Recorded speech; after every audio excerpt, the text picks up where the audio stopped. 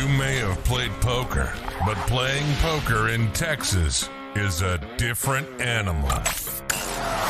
This is the Texas Poker Podcast with Tyler and Clint.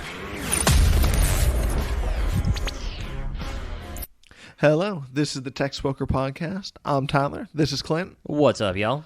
And we are back with episode 87. Episode 87. So, coming off of a $970 win, been kind of kicking butt on that. I did do a tournament at Paramount where I donked off 140. And then I ended up going Friday night to a Paramount game. Been trying to play a little bit more on Friday nights. Everybody knows it's one of the better nights of the week to play. And I just haven't been doing it all that often. Have you noticed any difference playing the Friday nights? Is the game better, as everyone says, or is it literally just the same? I think it's probably dependent on where you go. Like Paramount, I don't know. I find the game pretty... It's the same players for the most part, right? I was just about to say, who's coming? I mean, Yeah. is there anyone who's there who's going to be any different? But It's, I don't know. I mean, I think in general, like, the game was probably better on Friday nights, but if you're asking if I noticed, like, a gigantic difference one way or the other, not really, no. I mean, I noticed, like, at all the other rooms, it doesn't seem like people aren't drinking because it's a work night. You know? Yeah. It seems like maybe they just enjoy playing Friday night more just because they don't have to go to work the next day. That's definitely a possibility. Like, I haven't been doing it at a lot of the other rooms that much, so I don't know. Maybe it is a little different, but I haven't been noticing where I've been going. Yeah, I used to always think that when I went to Texas Card House, but I never really noticed a big deal. What about on Saturday? Did you ever notice anything, or do you think it's all basically just the same players? I don't think I noticed that much. I haven't really... if I did it more consistently, maybe I would notice more of a difference. Yeah, I was going to say probably too small of a sample size. You probably get those action players, those dream Friday or Saturday nights that someone who never plays shows up and just, goes crazy. But like you said, it's all the same players. So how'd the sessions end up going for you? Okay, so it's a... let me see where I go. So this session's going to have a pretty big theme to it. Oscar did a lot of the session. I have a queen jack off. A player bets $10. Couple calls. I call. The flop is queen 8-3. The preflop raiser bets 20 into about 100. Okay. So I obviously make the call. There's one other call. The turn is a 10. Not really changing all that much. The preflop raiser bets 25. We both call. So yeah, for that small of a size, you're definitely sticking around. Yeah, and then on the river's a 3. Player bets 55. I mean, I'm just calling, right? I mean, if the 3 shouldn't change anything, right? Did it change? Nothing? Did not change anything. I was making sure there wasn't a 3 on the flop pairing the board, but yeah, I think I'm just calling here every time. I think there might have been a flush draw, so I think it missed. And I call. I mean, I was up against queen 8 for a flop 2 pair and king queen. Talk about drawing super thin. Well, and I think that's the theme of this session is like bad preflop calls leading to just... Because, I mean, once I get there on the flop, I don't think I can ever get away from this hand. Especially for the sizing that they gave. Exactly. I mean, a lot of people are like, well, on the 3rd street. But at that point, I mean, now your bets was about 100 going into the flop. I mean, it was 140, 190. Wait, shit, there was 3 players. I was about to say, yeah. 160, 220. So, I mean, is 50 to win 300 with top pair. Decent kicker. I guess the issue is, what are you hoping that they have in a 3-way pot? I mean, you're hoping so slim. But, I mean, like, when you're getting literally 1 to 6 odds, it's kind of hard to... Oh, 100%. I mean, I was going over the hand in my head while you were saying it. I'm sure it's a leak. I think I still make that call every once in a while. Once everyone calls and it comes to me. Well, and I think it's fine. I think where the hand was misplayed was definitely on pre-flop. No. That's what I'm saying. I'm saying I think there is a leak where I call preflop once everyone calls like that. Oh, yeah. I mean, I think it's a big leak. And I mean, it's an easy one to do when you're bored. Because, I mean, you do want to play some hands. You're just bored out of your mind sometimes when you're a card dead. But queen jack off, I mean, on the preflop, what are you hoping you're really against? Either a pocket pair that's, 50-50 with you, or most Broadways who are raising are... Well, here's the other thing. The pocket pairs that you're 50-50 with, when a queen or a jack comes, they're probably not giving you any action. If they are, they probably flopped a set, which is not great. And then, yeah, like you said, you're just dominated every time. But it just looks so good whenever you're bored. Well, and to the listeners, this is a preflop raise call.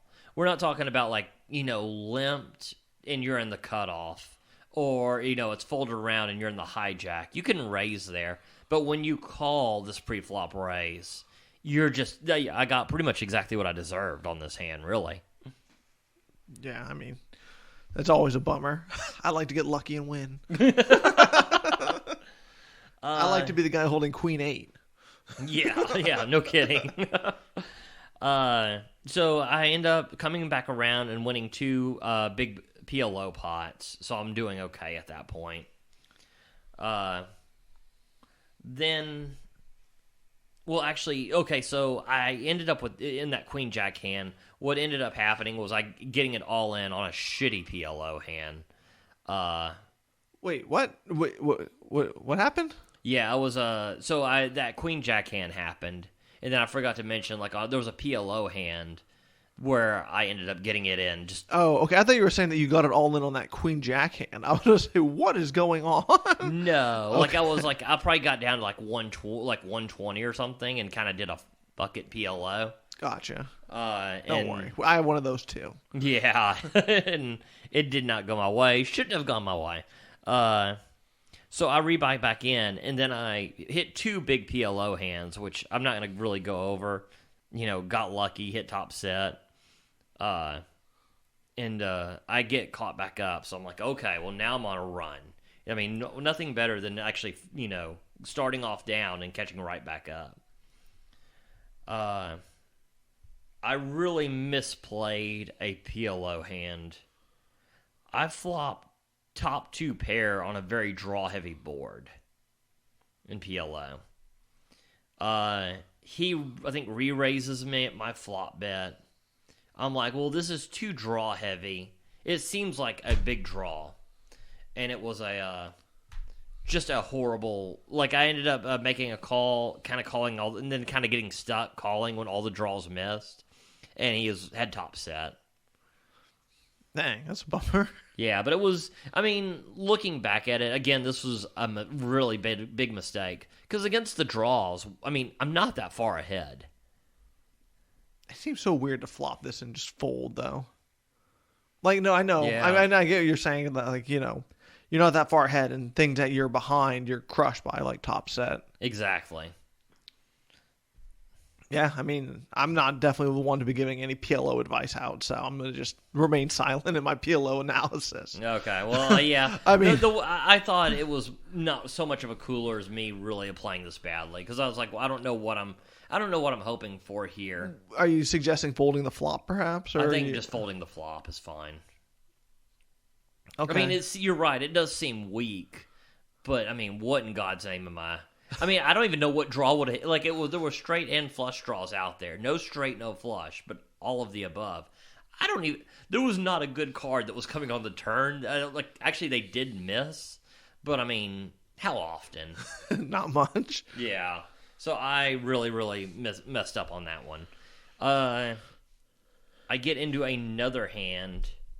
I have King Jack pre-flop. It's 15 to go pre-flop. Suited or unsuited? King Jack off. Okay. Another hand that really should not be a call to a pre-flop raise. I mean, it's gonna get dicey. I was gonna see if you agreed. Oh no, I definitely agree. I mean, I'd rather have. This is gonna sound weird, but I'd rather have the 4-5 suited, 6-7 suited than King Jack off in this situation. Oh, 100%. I mean, okay. no, I weird. do 100% agree with you. I think maybe we play those too often too. But no, I do find those are going to go better against. I'd rather have them, so when they deal them to me, I play them. Yeah. It's well, because I mean, ace, king, king, queen, queen, jack. I mean, well, not queen, jack. But just king. You're so often dominated on king, jack. Whereas those suited connectors, when you miss, you're probably just check folding. Yeah, well, and the other thing is like that king jack is just the reverse implied odds are just so brutal. Yeah, because if you flop 3 jack or 3 kings, I mean, you're not folding. Or sorry, 2 kings, 2 flop trips, and then you can be outkicked by so much. I mean, we're not gonna sit here and list them, but you know. Oh, 100%. No, 100%. You're right. So I call knowing I shouldn't. So this gets very interesting. There's 4 to the flop. The flop is 10 high. Okay, I thought it was going to come king, king. I was about to say I randomly guessed king, king. I thought you were going to say, well, but okay, go ahead. So 10 high. 10 high. A player bets 25. And there's two clubs on it. And I have the king of clubs. Player bets 25. There's 1 call. I decide to make a call here with 2 overs. I'm not liking this. A straight draw and a flush draw. Backdoor straight draw, right? Yeah, and 1 to 5 odds. This is gonna get dicey quick. I mean, it does. I was about to say. Yeah. I mean, you're gonna have to hit the perfect card to see a river. This is about to get weird, but okay. Yeah, I mean, it was just such a small bet. Yeah, this is why you needed to fold it pre-flop, I guess, right? Because I was thinking this is... Well, and I think heads up is a snap call. Yeah, but this isn't heads up. Yeah, but yeah, with one player betting and the other player calling, the turn is a king. I thought you said that there was 4 players in this hand. Was it 4 or 3? There were 4, but I think 1 folded. Before it got to you or after? It goes 3 ways to the turn. Okay, was that player before or after you? I think it might have been after. Oh, God. Okay. Yeah. I'm hating it. I mean, every information... it makes a lot of sense for you to hate it. I mean, yeah. I mean, I don't think it's the worst, but the... I mean, raising would be the worst, but all right. Very true, yeah. That's a good call. The turn is a king. The player who just bet the flop bets 55. Now, I'm definitely calling now. I mean, the second player calls as well. Oh, man. But, I mean, now, yeah, I mean, there's no way I don't call this bet. I mean, there's just, you'd have to be just out of your mind to fold here, I think. I call. The river's a jack, giving me top 2 pair. So you basically just got so lucky. Yeah. The first player who's been betting the entire way down goes all in for 85. I mean, easy call. The other player calls as well. So are you reshipping it here? The player calls? Somehow I just made the call here. I don't know how that ended up happening. I don't know if that was a mistake or what happened there. But either way, the second player actually had ace-queen for the top straight. I mean, how do you not get stacked there? I don't quite know. I mean, I feel like you should be getting stacked there in that situation. Well, I mean, I think the lesson I want to take away from this hand is just another, you just can't call these offsuit shitty Broadway hands to preflop raises. Oh, no, 100%. What is that guy doing with the ace-queen not reshipping it there? I mean, he had to go runner for the... Oh, no, yeah, I was thinking... I mean, he had to call 55 on the turn to try to hit a gutter with very little chips behind for anybody, it seems like. I think he was...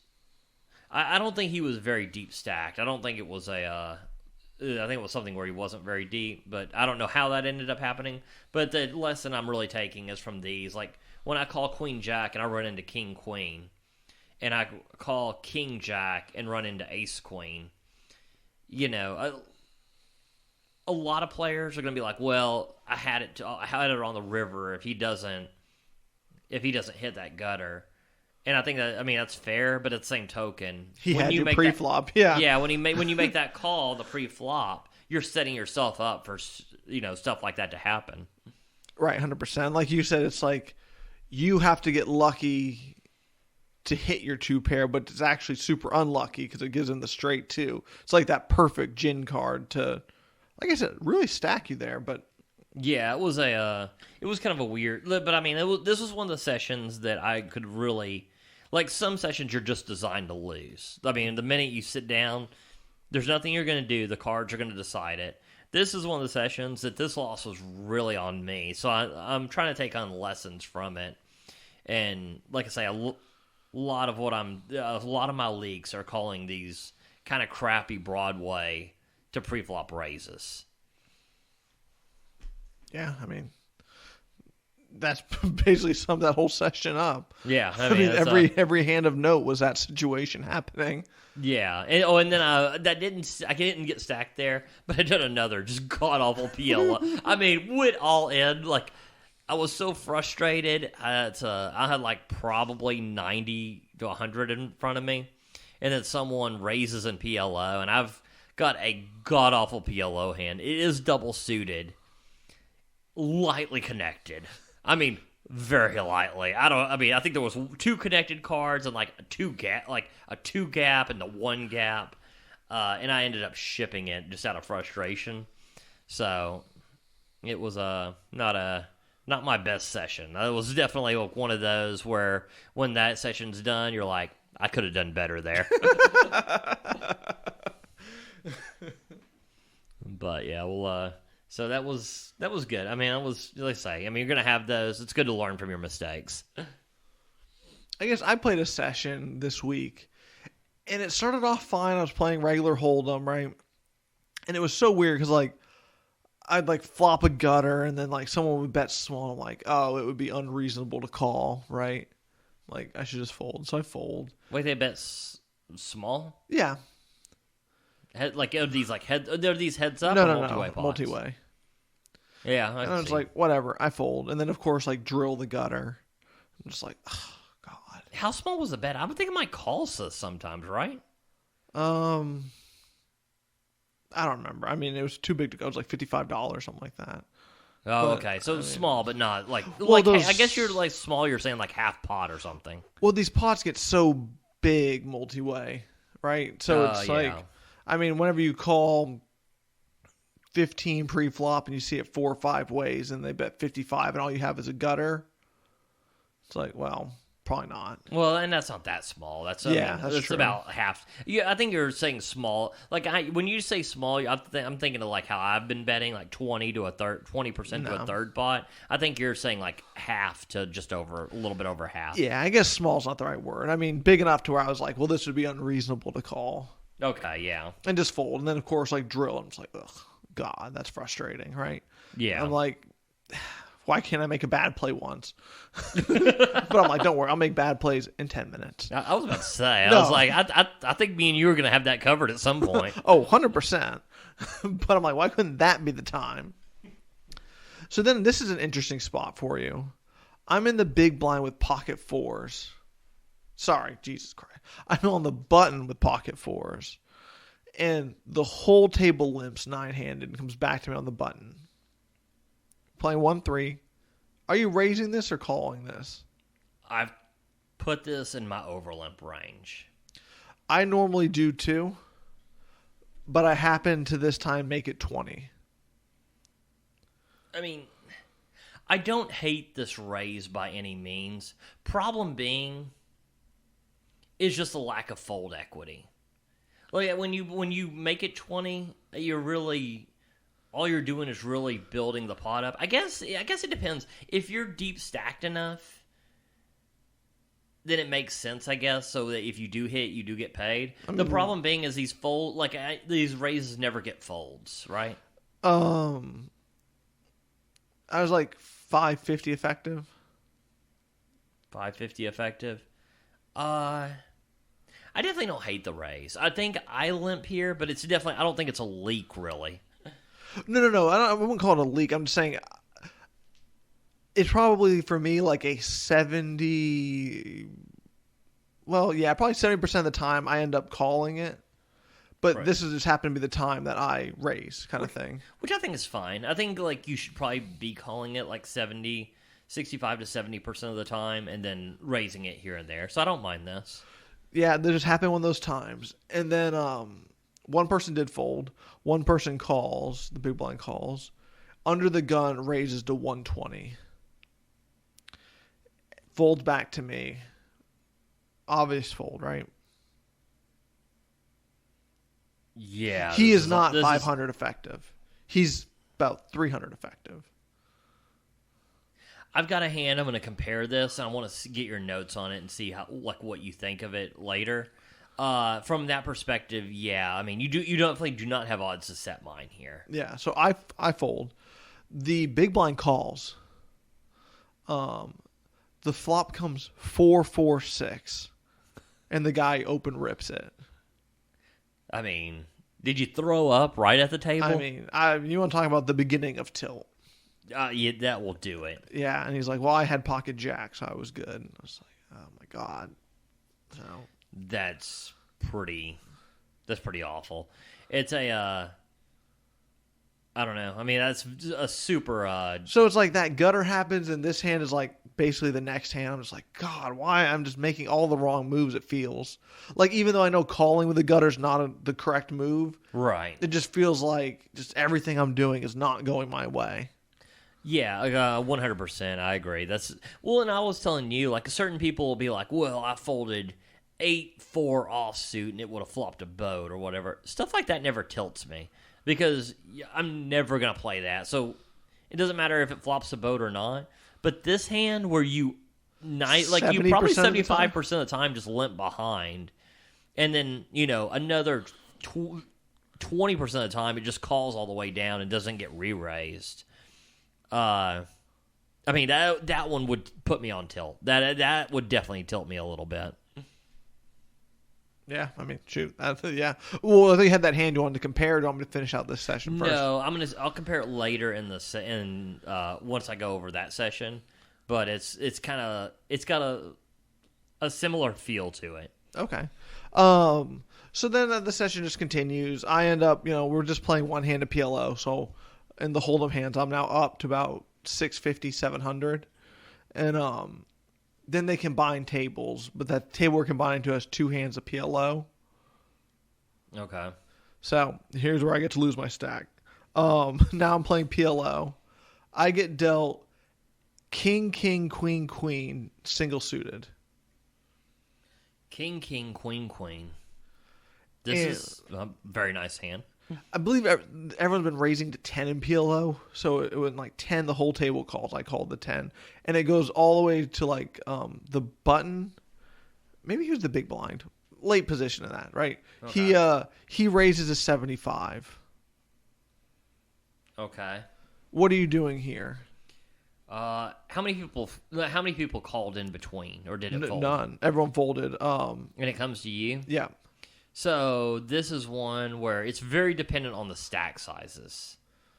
Because basically all you're doing is set mining, right? Mm-hmm. So about 650. About 650? Yeah. 650. He makes it 75. You 1-4. I think this is a call.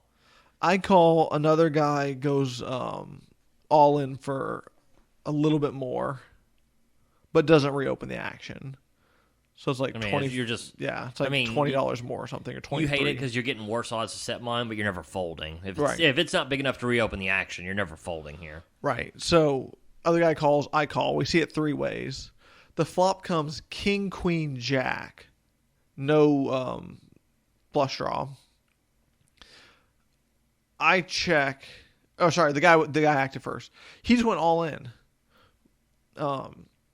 Which I guess in hindsight, in PLO at that location, they let you just go, if it's heads up like that, you can just go all in, right? It's not pot limit. I don't know. I thought if it's heads up, it seems like, but it seems like it's not heads up because there's a third person here. No, there definitely was a third person, but he went all in and I just called. Well, I mean, you're definitely making. How much was he all in for? He covered me. He covered you. I mean, you're never folding here. I mean, you flop two sets. You're never folding. So this is obviously a call. So I mean, yeah, I mean, I mean, once you're here, this is one of those things that once you're here, if he has ace 10 or 9 or jack or I guess it'd be 9-10. Yeah. I mean, you still have quite a few outs. So I mean, I'm snap calling this all day long. I call turns a ace. I didn't like that. River's a brick. He turns over ace 10. I mean, just a Pocket cooler. tens, yeah. So lose my stack there about 3 minutes into switching tables. I was like, well, that's a bummer. Because I was thinking about leaving on the switching tables because I was up. I had on nothing noteworthy happens. I basically just fold. I'm down to like $150, I think. Okay.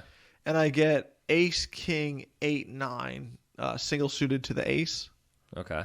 And then it goes, someone makes it like 55, another guy fold, another guy calls, goes back to me. I just go all in here out of frustration. The other guy then rips it in. And I'm like, wow, and then the other guy calls. And I'm like, wow, this is not great. Yeah, because this hand is just so easily dominated. Because, I had like 150. He went all in for like 6 something. The other guy called. I mean, this is just... I mean, like, we both ripped... It seems like we both were just frustrated as hell on both of these sessions and ripping, like, some of these PLO stuff. This is a really bad one to be ripping, though. It's because this is just this is kind of a crap. This probably shouldn't even be a call for $3 in PLO, really. Yeah. So it's but even with a suited ace, you're not calling $3? A suited ace, I'll probably call $3. Yeah. If the ace is suited here, but basically with the cards being not connected. Right. Like the king and the 9 not playing really, but I mean, this is really, I mean, you're basically only playing the suited ace here. I mean, they're these, like, you want cards that work together. None of these cards really work together very well. So, I mean, you can get Jack, 10, queen, or whatever for the nut straight. But, like I say, I mean, that's a pretty rare thing right there. flop comes jack high, 7 jack, whatever. So I have a gutter with a 10. Okay. Brick on the turn. River's a 10.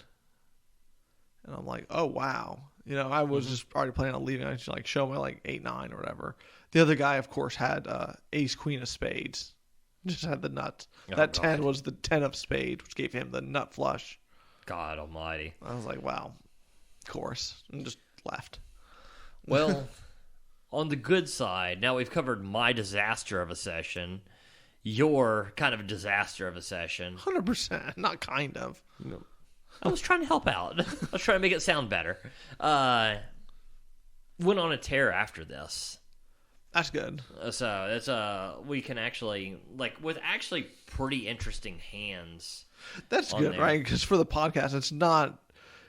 Sometimes you have big winning sessions, but if there's no decisions or anything interesting happens, it can be kind of just happy to win, but for the podcast sake, it's nice when something at least interesting happens. Oh, I mean, if you're just coolering somebody, I mean, yeah, it's nice to win, but yeah, it doesn't really do anything. I mean, the hands are not these hands. There's all kinds of decisions to be made on a lot of these. Your first hand is 3 deuce off, right? 3 deuce off, yeah. Of course. 3 bet. Let me see. So I win a small. Let me see. So I'm trying to find the more interesting ones to start off with. Is your next session at the private game or at Paramount or where are you at? This is a private 1-2 game. Okay. So king queen. It's 1-2. It limps to me about 5. There's about 5 limpers. I make it 20. Okay. So 3 call. Which it kind of shows you kind of how this game's going when it's a limp 1-2. But this private game is a very deep stack 1-2 game. It's not your average 1-2 game. Very deep stack, very action packed. Yeah. The flop is queen 8-5 with 2 spades. So And you have king queen? I have king queen. So I'm betting 20.60. big here. I'm betting like 35 probably. 35, 40. See, when you say bet big, I consider that a kind of yeah, I guess I bet 30. Okay. So it's a little bit smaller. So I've been betting a little bit smaller, but I did kind of recognize this is a time where, you kind of need to bet a little bit larger because 6-7's drawing. A lot of hands have pairs that aren't going anywhere. The turn is a queen. He checks to me. I bet 85. Oh, thank God. I thought you were going to tell me you checked. Okay. Oh, no, never. And he goes all in right behind me. It wasn't for that much more. I obviously snap call. Even if it is for more, you're still just calling. Yeah. And he has queen 10. Perfect. So, and river runs out. I'm good. So I start off with a pretty good stack. This is a really good way to start off. And then pocket jacks happen. Yeah, doubling up is a good way to start off. Love it. I don't think it was a full double up, but it was a pretty decent pot. Well, shit, he did go all in. It had to be close to a double up. So there's a raise to 15 and 3 calls. I have pocket jacks here. This is a mandatory 3-bet with this, like in the squeeze spot, right? Oh, for sure. So I make it 100. 2 call, which is always really weird when you get 2 calls in these 3-bet pots because the pot gets just out of control. So I'm praying for a good flop. The pot's to probably about 315. The flop is ace 3-4. Well, that ain't it. That ain't it. So I go through the range of what I should do here. I decide to bet small for 100. The problem with betting smaller for 100 is every ace calls you every time. So here was my theory. I was thinking about giving up. My theory is if I check this, I'm turning my hand very face up at this point. Yeah. And at this game, they don't necessarily have to have an ace here. There could be, they would call with like pocket 8s, pocket 9s, smaller pocket pairs that might have missed, like king, queen suited. I mean, at this game, it's not always going to be an ace here. My worry is you're going to run like ace 8 offsuit or something. Oh, I mean, don't get me wrong. On this flop, a give up is definitely a possibility. Because I mean, when it's 100, there's a lot of aces out there. But I was like, well, once I check, I'm just check folding, right? But you're in position, right? No, I'm out of position. This is even weirder. So I don't know. I think I just give up here a lot, but I bet 100. There's 1 call and 1 fold. It checks all the way down. He has ace jack. Yeah, that's about right. But I still don't really hate the bet here. Heads up, I love the bet. Just 3 ways. There's definitely an argument to be made for that. At this game where I didn't think they had to have an ace there all the time. I don't know. It seems like these loose games, every schmuck calls with an ace. That's fair. That's what it seems. That's what I've noticed at these type of games.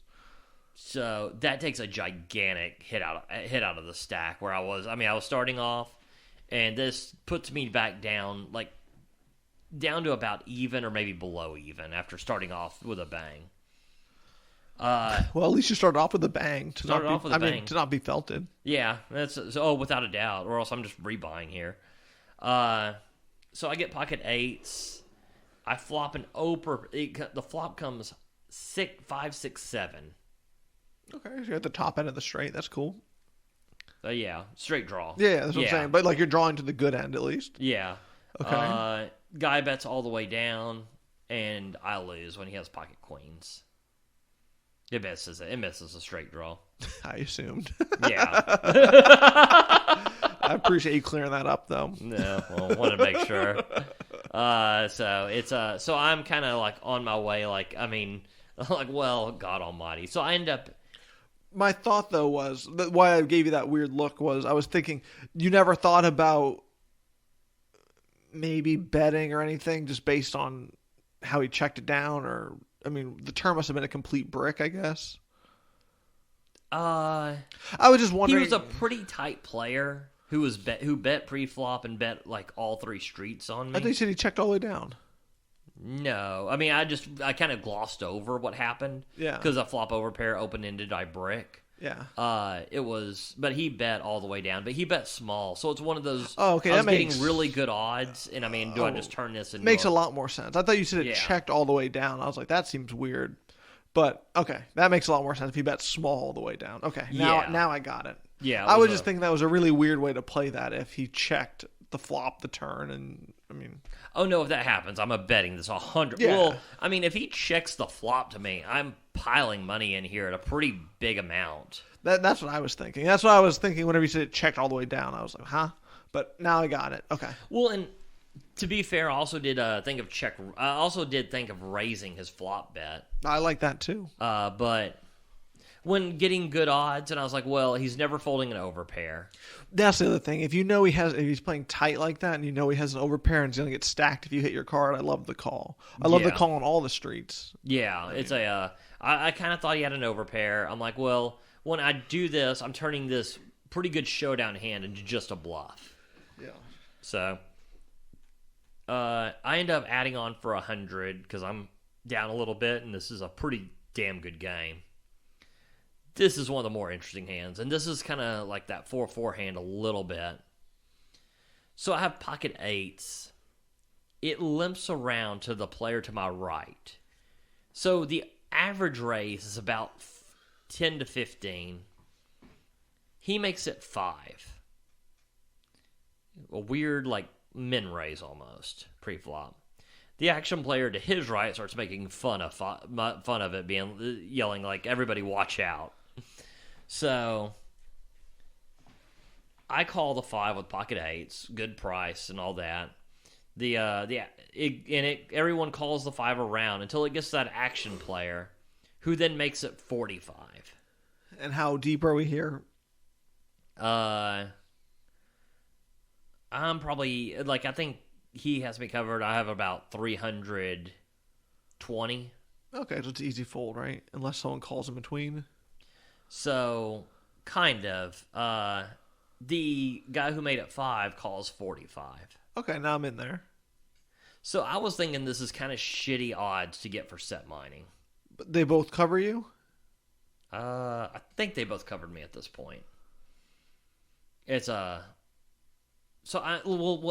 because if I need one to have an overpair, and I need them to have about 450 to make this call, right? Heads up, right? 450 heads up. But then with the other one's odds, couldn't it be less? Would it be less? I mean, you're still only going to stack one player. Maybe. I mean, if you're hoping for that, I mean, I don't know what to tell you. That's what I'm hoping for every hand I play. Stack everyone. Yeah. It's, I count all the chips. All these are in play for me to win. So I decided it's just a bad time to set mine. But this action player... I was about to say... Limp. How often is he limping a gigantic hand? And like, I was on the button. The other guy was on the cutoff. So how often is he limping in late position a gigantic hand? The guy to my right who raised it to 5, how often is he just raising 5 into with a gigantic hand? Oh, God. I don't like where this is going. I ship it all in for about 320. Okay. That gets everybody's juices flowing. It folds around. The action player makes a call. And the guy who made it 5 folds. The action player has Jack 7 suited. And it runs out. Then I'm good. What did the other guy have who made it 5, did he say?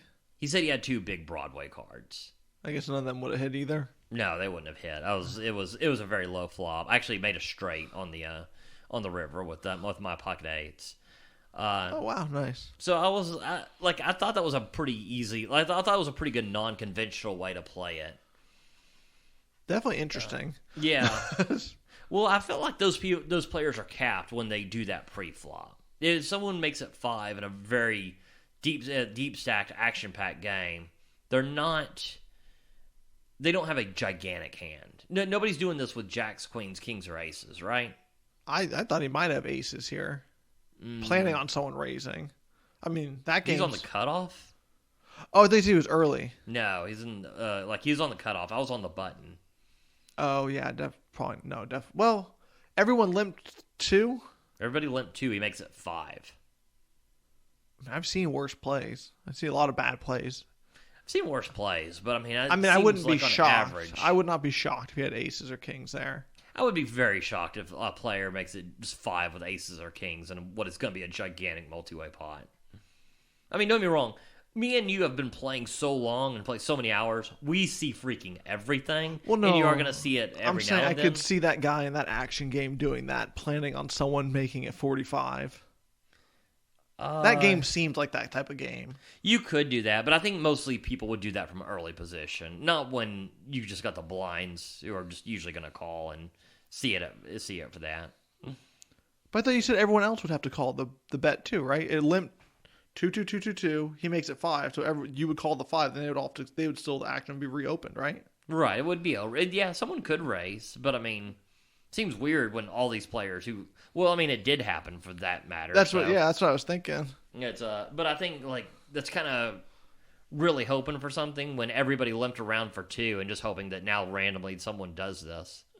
I think it's a horrible play. I think a lot of bad players do it with aces there, though. Well, glad he didn't have aces. Yeah, hoping for the best. I thought that's how the story was going to end. He have aces, you flop an 8 or river an 8 or something. No, I just felt like the ranges were very capped and ended. Might have been a live read too for you, right? I mean, you might have had a good live read there. I mean, maybe you could I did not feel like he was super strong. Well, mostly it was that bet. I think people with jacks and 10s and queens that are scared to death of getting just, kind of stuck. I mean, they're in these multi-way pots where they're no good. I think that's just a raise to like 25 or 30 every day. And when he did raise, he was raising pretty big. He didn't raise often. Well, that comes into play too, but I don't know. I wouldn't be shocked if you just had a bad player min opening with a good hand. Yeah. Like I say, there's going to be times we run into that. Especially at that game. At a regular game, way less likely. At that game where people are 3-betting and 4-betting random stuff, that's way more where I'm like, I could see it. Oh, yeah. It's definitely a possibility. I mean, when I played in that game, I limped aces because I knew it was just going to get raised. Didn't it work out shittily for you? Oh, wait, no. You actually did get it all in. Yeah. He flopped quad, or he hit quads, but yeah. Yeah, it worked out just how it was supposed to. Yeah. But yes, to answer your question, it did work out shitty for me. I mean, well, I don't know. You limped aces, what can I say? So there's go bankroll session. So that ended up being a huge hand, really getting me back on track to this. So that pocket 8s all in was I get called and end up almost stacking that guy. We were almost about even. But just before we go to your next one, is there ever a time to? I mean, that situation I did limp aces. I had less than $100 in a 1-2 game in an action-packed table where everyone's calling and raising. You ever think there is a spot to limp aces when you have like 85 behind in a 1-2 game? I mean, it got raised and I got to go all in. It's probably fine with that stack size. That's probably okay. I mean, it's because I mean you do want it to get because. Look, in that exact situation, I don't mind it because of your stack size. Right, no, that's what I'm saying. Yeah, because, I mean, like, and everybody on the this listening to this can be, like, rolling their eyes, like, well, you're limping aces. That's what these guys do. Yeah. But let's look at it. Like, what are your options here? Well, I haven't limped aces in years, but my thought is, I'll give you my thought. I was under the gun. If I limp, the game is super raise happy. I can easily get the money in. If I make it 20 off of an $85 stack or 15, I might get some folds with no implied odds, and or everyone just calls the 15. That I'm seeing it, with everybody in the room. That's that was my thought. Well, see, I'm not certain that matters because I think once once somebody makes it 15 and there's a call or two, when you make it 85, don't you think a lot of people are just calling that as well? I didn't think so, but Maybe so. mean- Yeah. I mean, I'll tell you what. Based on what happened, they call. So I'm just saying, it's super tough to make that argument. I just got called with Jack 7 suited for 330. I think you might get called for 85. Jack Deuce. Jack Deuce what took me out. He hit quad jacks. Yeah. Well, that'll do it. Hard to beat quads, and even when it's Jack Deuce. I think it's fine. I don't think it's a major leak there because of your stack size. Because I mean, when somebody raises, you can't get it all in. Also, you could raise and get two people calling, and I mean, you're basically just shoving every flop, right? Correct. So I mean, I think it's fine either way. But I definitely don't think it's a leak. Not with that exact stack size and that exact game. Yeah, kind of interesting with those two dynamics. Something that you would never do, all of a sudden being something that seems reasonable to say the best. Yeah, it's not. I'm not going to say it's good. It's possibly reasonable. That's how I would describe limping aces in that game with that stack size. Yeah, I mean, obviously this would be a disaster if you were like 300 or 400 deep or 500 huge deep. Blunder. Huge blunder. Yeah, I mean, because then at that point aces, ace king, ace queen, kings. You really want to cut down the SPR a little bit, because if you're 500 blinds deep and you're getting it all in with just an overpair at the end of that time, you're probably not good. Yeah, definitely not. So it's but yeah, that was ended up being a really good hand for me. Let me see. This was another fairly interesting hand. Ace king, I make it 30. The entire table calls. The player donks for 45. There's ace king 10, 2 diamonds. A player donks into me for 45. What do you do here? Okay, wait. So you have ace king, you said? Yeah. And how do we miss preflop? You already told me the flop. I make it 30. The entire table calls. Okay. So go ahead now. So the entire table calls. Jesus. Okay. I mean, I just put that. It's probably like 5 or 6. I mean, Okay. well, usually when it's 5 plus, I'm just like, well, fuck it, entire table, because that's what it feels like. There's a player that donks into me for 45, which is a pretty small bet. I'm raising here. I end up making the call here. Well then. So what's the flop? Tell me the flop again. Ace king 10.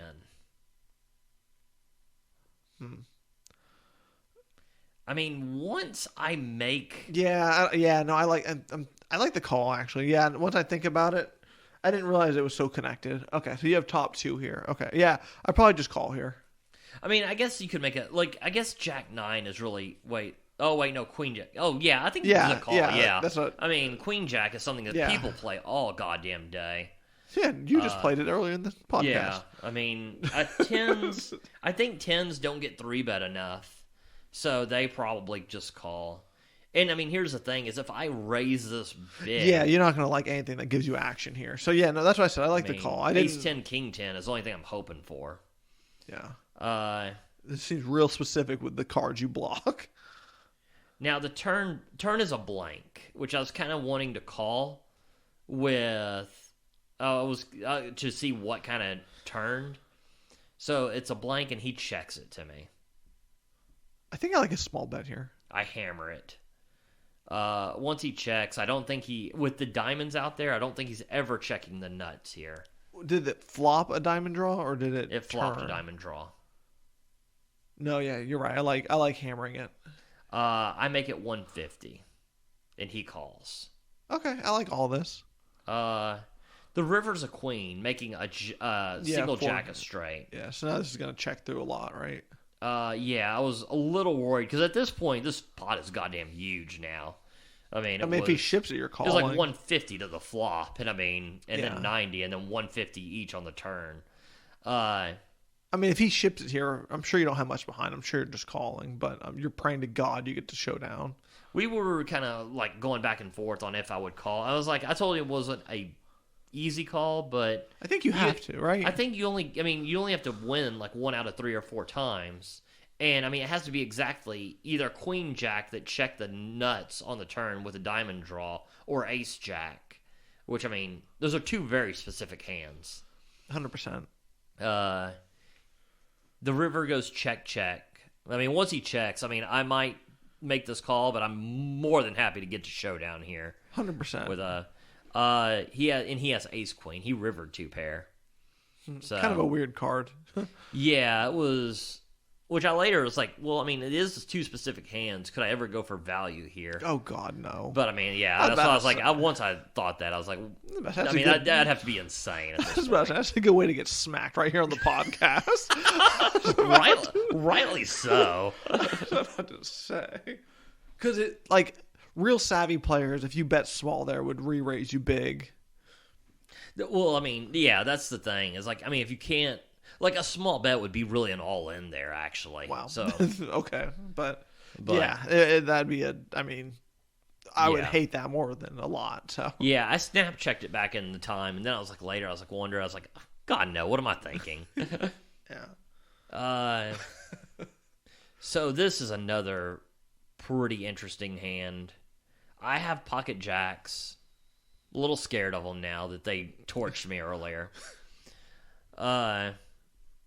It comes around to me, and I'm like, I'm still sticking to my guns. I 3-bet to 60. Okay. You're fine with that?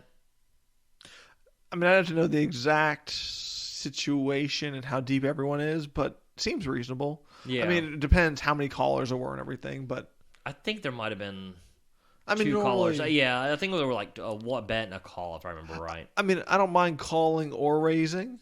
I think I lean toward raising more. But both I think are okay. Okay.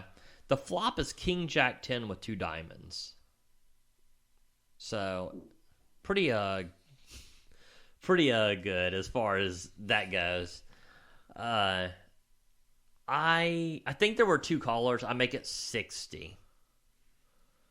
I'm a little nervous about this flop. It's pretty. You never think about making it a little bit bigger? Yeah, I think I should have here. It's I wonder. Oh yeah, 2 call. Yeah, 2 did call. I think I should be making it bigger here. Yeah, I think I like people. I mean, you're probably going to get a lot of calls with like a pair and a straight draw, a pair and a flush draw. I think you can get value from a lot of things. I think I get real nervous when it's real deep stack. Because, I mean, like, once the money starts to pile in there, I mean, you're just going to see a lot of nutted hands. And, I mean, like, Ace Queen seems very available here as something that would bet and then call a raise at this game. I think you're ahead here all day. I don't know what the hands are, but I think betting big here is the move.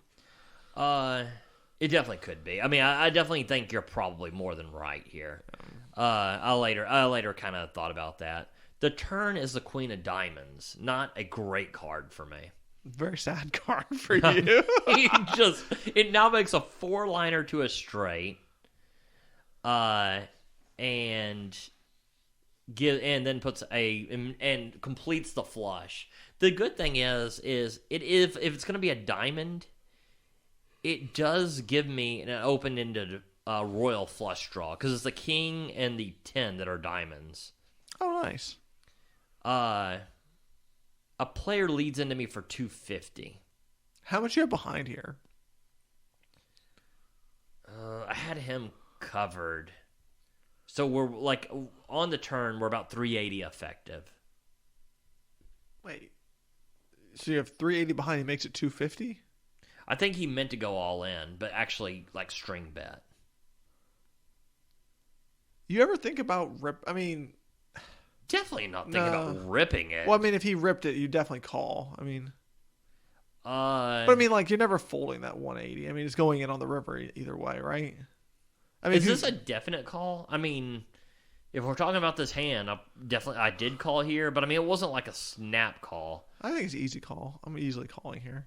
Probably so. I mean, the fact. Luckily, if it being the Queen of Diamonds, that's is huge. Well, yeah, that obviously, yeah. Because, I mean, now it's like, well, not only does it give me the royal flush draw, but it also makes my Jack of Diamonds, if it is a diamond on the river, the second nuts. Mm-hmm. So, He puts 250, and then I think he meant to 130. He tells us, don't worry about it. He's gonna fold anyway. So it's like, not so fast. I'm like, I gotta open a royal flush draw on a set. I don't think I can ever fold here. Yeah. Okay. Uh, So you just obviously didn't double up here, or you didn't stack him completely if you told him that. But well, I don't think I mentioned the set. I said I have an open-ended royal flush draw. okay. So I kind of lean back and forth, but I've got the entire world as outs right now. I'm calling. I already said I'm snap calling. It's like with the set, the flush draw, and everything else. I make the call. I mean, I sometimes even just rip it in for the other 180 just because I'm never folding if he's going. I mean, I don't understand why you would do that though. Because if another diamond comes and he just has a straight or something, he's folding. That's kind of my thought, but. You think if he has a made straight, for sure. Yes, I think he's folding. Well, that's fair. Yeah, I understand that part. My thing was if I hit, you're right. I'm never folding. I'm really never folding anything. That's here. what I'm saying. So it's like to me, I would re-rip it here. That's probably fair. Yeah, that's even if he has two pair and another diamond comes. I mean. He's never calling again because, Yeah. No, that's a fair. That's probably something I should have done. And I'm never folding. So if you tell him your hand on the turn, you're never getting that money. So it's kind of a super bummer if you don't stack him here. Well, I mean, I did. A queen comes on the river. I call the river comes a queen pairing the board. He goes all in. At least so. And I call, and he turned a flush, and I voted on him on the river. Yeah, nice. So, but that money's never not going in, right? So it's kind of, I don't know. Yeah, I don't think I said the set. I said I had a royal, open-ended royal flush draw. So yeah, I guess the queen at that point. Yeah, he was shipping. I'm not even sure he heard me. He was just going to be that money was going in all day. Yeah. So it was I guess like what you say is correct though. If it's another diamond, because I think he had a small flush. I think it was like 7-6 of diamonds. Then you're right. I mean, I don't know that I do get that. Plenty of value to be had, and you'd be leaving money on the table. But that's pretty fair. This session I end up profiting a little almost 1,1080. Beautiful. Yeah, makes up for that. So that's all I got for this podcast. I mean, that's how you want to end the podcast right there. Yeah, I mean, starting off with 2 shitty sessions and ending with a really great one. Absolutely. I guess on that note, this concludes the Texas Poker Podcast. We'll talk to you next week. That was the Texas Poker Podcast. Go ahead and rack up, add time, and we'll see you next week.